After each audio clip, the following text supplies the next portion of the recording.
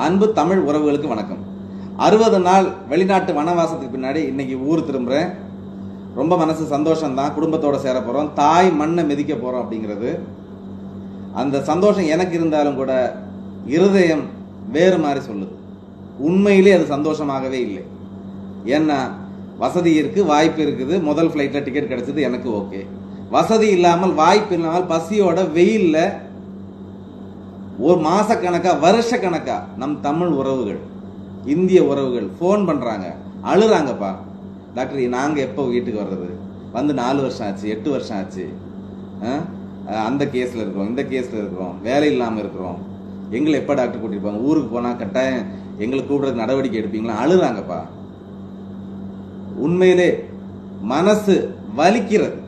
என் அன்பு உறவுகளே, இப்போ வந்தே பாரத் மிஷன் சொல்லி இந்தியர்களை மீட்டு கொண்டு வராங்க இல்லையா? இது மீட்டு கொண்டு வர்றது அல்ல. மீட்டு கொண்டு வர்றதுன்னா என்னன்னு சொல்றேன். 1990 சதாம் ஹுசேன் குவைத்தை ஆக்கிரமிக்கிறாரு. 1,10,000 இந்தியர்கள் மாட்டிக்கிறாங்க. போர் நடக்குது. இங்க நாட்டில் சதாம் விபி சிங் ஆட்சி பண்றாரு. மைனாரிட்டி அரசு. நிதி நிலைமை ரொம்ப மோசம். 55 டன் கோல்டை ரிசர்வ் பேங்க் கொண்டு அடமானம் வச்சு லோன் அடைக்கிறாங்க, வட்டி கட்டுறாங்க. இங்க அத்வானி அவர்கள் ரத யாத்திரை போறாரு, இவர் ஆட்சியை கவிழ்க்கணும்னு சொல்லிட்டு பயங்கரமான முயற்சி நடக்குது. தகவல் வருது, இப்படியாக குவைத்தில் பிரச்சனை, போர் சூழல் இருக்கு, மக்கள் மாட்டிக்கிட்டாங்க, பயப்படுறாங்க, ஈராக்ல மாட்டிட்டு இருக்காங்க. என்ன பண்றது? பணம் இல்லை. இபி சிங் ஒண்ணுமே யோசிக்கல, பார்த்துக்கலான்னு சொல்லிட்டு என்ன வந்தாலும் பரவாயில்லன்னு சொல்லி 500 முறை ஃப்ளைட் அனுப்பி ஒரு நாளைக்கு 18 மணி நேரம் ஃப்ளைட் பறக்குமா ஒரு ஏர்பிளேன். 1,10,000 இந்தியர்களை காப்பாத்தினாங்க, முற்றிலும் இலவசம். இதுதான் ரிப்பாட்ரியேஷன், மீட்கிறது. இப்ப மீட்கிறது பணம் இருக்கிறவனுக்கு, டிக்கெட் இருக்கிறவனுக்கு. வெளிநாட்டில் உள்ளவங்களுக்கு மட்டும் இல்ல, உள்நாட்டில் இருக்கிறவங்களுக்கு அப்படிதான். சாப்பாட்டுக்கே வழி இல்லாதவங்களுக்கு டிக்கெட்டுக்கு 30,000, 40,000, 50,000, 1 லட்சம் வரைக்கும் வெளிநாட்டிலையும். உள்ளுக்குள்ள ரயில்வே கட்டணத்தை கூட்டி மீட்கிறது. இது பேரு மீட்கிறதா? தயவு செய்த அன்பு உறவுகள், இது பிஜேபிக்கு எதிராக பேசுறேன்னு நினைக்காதீங்க. அரசாங்கம் தவறு செய்தால் கட்சி பேதம் பார்க்காமல் சுட்டி காட்ட தயங்காதீர்கள். இந்த கட்சிக்காரங்க இப்படிதான் இருப்போம், நாங்க இப்படிதான் இருப்போம், நீ இப்படி சொல்லிட்ட. எதிர்கட்சி அப்படி இல்லை, சாதாரண ஒரு மனுஷனுடைய உணர்வு. என் அன்பு உறவுகளே, அரசாங்கம் தான் இப்படி இருக்குது. நம்ம தானே சொல்லணும். அரசாங்கமும் தப்பு செய்யலாம் இல்லையா? அந்த குரலை ஏன் நீங்க கொடுக்க மாட்டேங்கிறீங்க?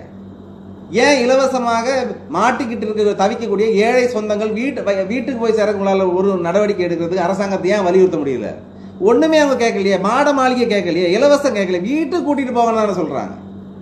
நீங்க நீங்க சொன்ன மாதிரி கேட்டு 60 நாள் அடங்கி வைத்த கட்டி வாய கட்டி இருந்தாங்க இல்ல? வீட்டுக்கு கூட்டிட்டு போறது கூட பணம் இருந்தால் வாங்கன்னு சொல்லக்கூடிய இந்த பக்குவத்தை என்னன்னு சொல்றது?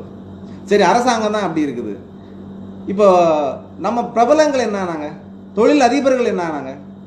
கேரளால மம்மூட்டி சூப்பர் ஸ்டார் இருக்கார் இல்லையா? நேத்தைக்கு 1000 ஃப்ளைட் டிக்கெட் வசதி இல்லாத அவங்க மலையாள சொந்தங்களுக்காக ரெடி பண்ணி கொடுத்துரு. 1000 ஃப்ளைட் டிக்கெட். நம்ம ஊர்ல உள்ள பிரபலங்கள்லாம் எங்க போறாங்கப்பா? ஒருத்தர் இல்லையே. கடமைக்காக ஏதோ டொனேஷன் கொடுக்கறது இல்ல, உள்ள பூர்வமாக எத்தனை பேர் வந்தாங்க? எல்லாரும் ஒழிச்சிட்டாங்களே. வீட்டுக்கு போயிருந்து செல்ஃபி எடுத்து போட்டுட்டு தனி தீர்வு இழுத்தீரா? இது எல்லாரும் சொல்லாமே. ஒரு படத்துக்குள்ள கொஞ்சம் பணத்தை கொடுத்தீங்கன்னா எத்தனை ஆயிரம் உறவுகள் வயிறார பசியாறி இருப்பாங்களே. எங்க போனீங்க? என்ன பஞ்சு டயலாக், என்ன டயலாக்? என்னது எழுச்சி வரும்போது வர்றேன்னா சூப்பர் ஸ்டார், அங்க மலையாள சூப்பர் ஸ்டாரை பாருங்க, நம்ம சூப்பர் ஸ்டார். நீங்க சொன்னீங்க ஒரு சுண்டு விரல் காட்டினீங்கன்னா எத்தனை பேர் சேர்ந்து நம்ம மக்களை காப்பாற்ற இறங்க முன்ன நின்றுக்கலாம்ல. இதை விட என்னப்பா அரசியல் உங்களுக்கு வேண்டி இருக்குது?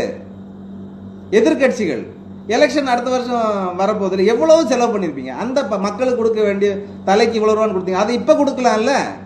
எல்லாரும் ஒழிச்சிட்டீங்களே. அரசாங்கமும் இப்படி இருக்குது, அவங்கள வலியுறுத்த கூட தெரியலையே. அப்ப என்னதான் நிவாரணம்? ஏன்னா அன்பு உறவுகளே, யார் ஓட்டு போட்டாலும் இப்படிதான்ப்பா இருக்கணும்னு நினைச்சோம் இல்லையா? நிலைமையை பாருங்க. அப்படி இல்லை. உங்களை ஆளக்கூடியவங்க, உங்க கஷ்டத்தில் இருக்கவங்க நீங்க வரும்போது வலி வேதனையோட உணர்வுபூர்வம் வரக்கூடிய அரசியல்வாதிகள் வேணும். இனியாவது அந்த விஷயத்தை புரிஞ்சுக்கோங்க. கடைசி நேரத்தில் பகட்டு வேஷம் போட்டு கொடியை தூக்கிட்டு அடுக்கு வசனங்களை பேசுங்க, நம்பாதீங்க. உங்களுக்காக உழைக்கக்கூடிய உன்னதமான உங்கள் பகுதியில் இருக்கக்கூடிய தலைவர்கள் தேர்ந்தெடுக்கிறதுக்கான முயற்சியை கொரோனா உங்களுக்கு சொல்லி தந்திருக்கு. வெள்ளித்திரை கதாநாயகர்களை பாருங்க. மம்மூட்டி மோகன்லாலையும் வச்ச மாதிரி நம்ம வச்சிருந்தோம். தலையில வச்சுலப்பா கொண்டாடணும். பாலாபிஷேகம், தேனாபிஷேகம், கட் அவுட், தற்கொலை பண்றது, 100 ரூபாய் டிக்கெட் 1000 ரூபாய்க்கு வாங்கினீங்களே, ஒரு படத்துக்கு 40 கோடி 50 கோடி கொடுத்தாங்க இல்லையா? ஒழிச்சிட்டாங்கப்பா, ஒழிச்சிட்டாங்க. கொரோனா உங்களுக்கு மிகப்பெரிய பாடம். கொரோனா நல்ல விஷயம் பண்ணிருந்தா போலிகளை அடையாளம் கண்டு கொண்டிருக்கிறது. என் அன்பு உறவுகளே, யாரும் வரமாட்டாங்க அப்படிங்கிற செய்தி தான் கொரோனா சொல்கிறது. அதனால் இனிமேல் உழையுங்கள். உங்கள் ஆபத்து காலத்தில் பக்குவமாக பணத்தை சேமித்து வையுங்கள். உங்கள் உழைப்பை மட்டுமே நம்புங்கள். போலிகளை நம்பாதீர்கள், உதறி தள்ளுங்கள். நாளைக்கு இந்தியாவில் சந்திப்போம். நன்றி, வணக்கம்.